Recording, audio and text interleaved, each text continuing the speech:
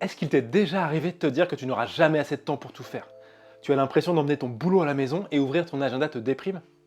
Est-ce que tu savais que certaines de tes habitudes peuvent saboter ta journée sans même que tu t'en rendes compte?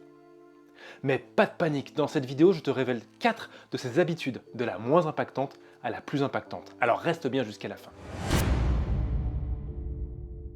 Salut, moi c'est Mathieu, je suis optimisateur de temps et je propose du coaching en optimisation de soi. En gros, j'aide les personnes à atteindre leur objectif de façon durable et avec une approche bienveillante et adaptée à leur situation. Ici, on parle dev physique, dev perso, mindset et bien sûr productivité et gestion de temps.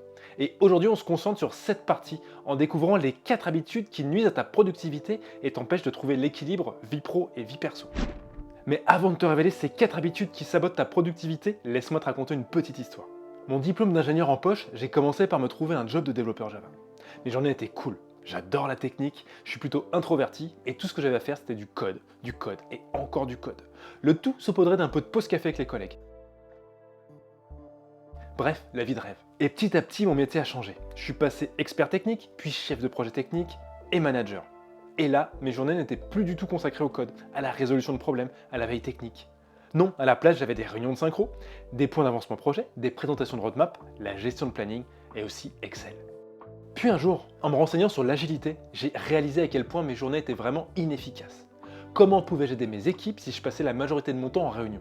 Et c'est là que j'ai décidé de prendre les choses en main et de reprendre le contrôle de mon emploi du temps. J'ai commencé par me débarrasser de ces 4 habitudes qui avaient un impact négatif sur ma productivité. Et là maintenant, je suis sûr que tu es chaud et que tu as envie de les découvrir.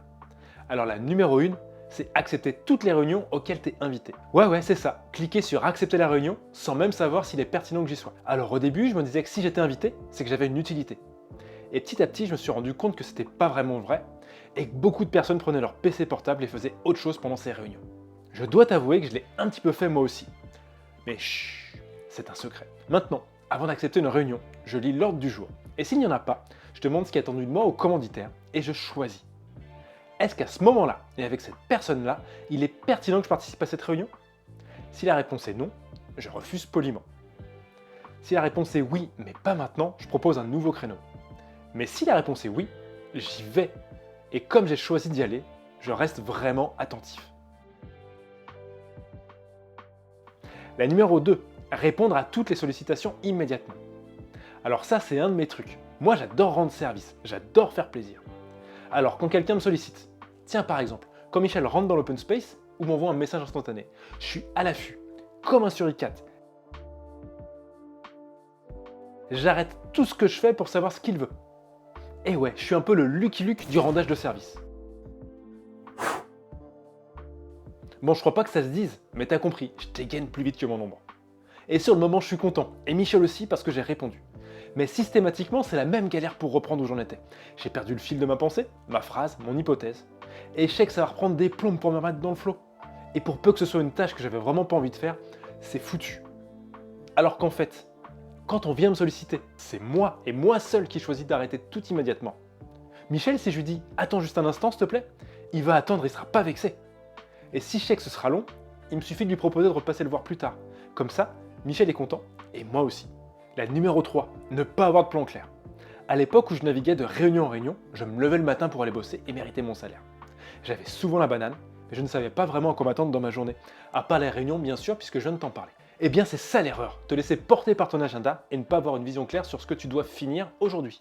J'insiste sur le finir, c'est ça tout le truc. Donc, au lieu de te laisser porter par ton agenda, tu prends 5 minutes pour identifier le truc essentiel que tu veux terminer aujourd'hui. Et tu te donnes les moyens de le faire. C'est pas obligé d'être un truc de fou qui dure des heures, mais c'est la tâche stratégique du jour.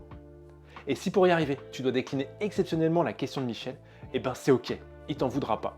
C'est fou, non?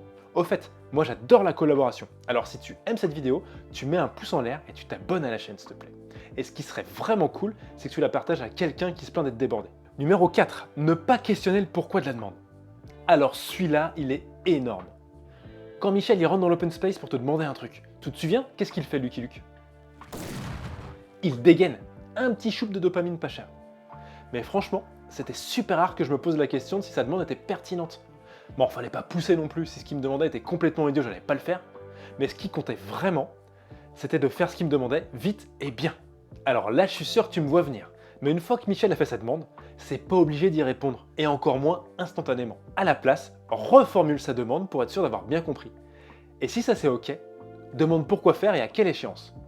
Et là tu peux décider, est-ce que c'est judicieux de le faire? Est-ce que c'est judicieux que ce soit toi qui le fasses? Et si c'est le cas, t'as plus qu'à la prioriser dans tes choses à faire. Il existe des tonnes d'outils de priorisation.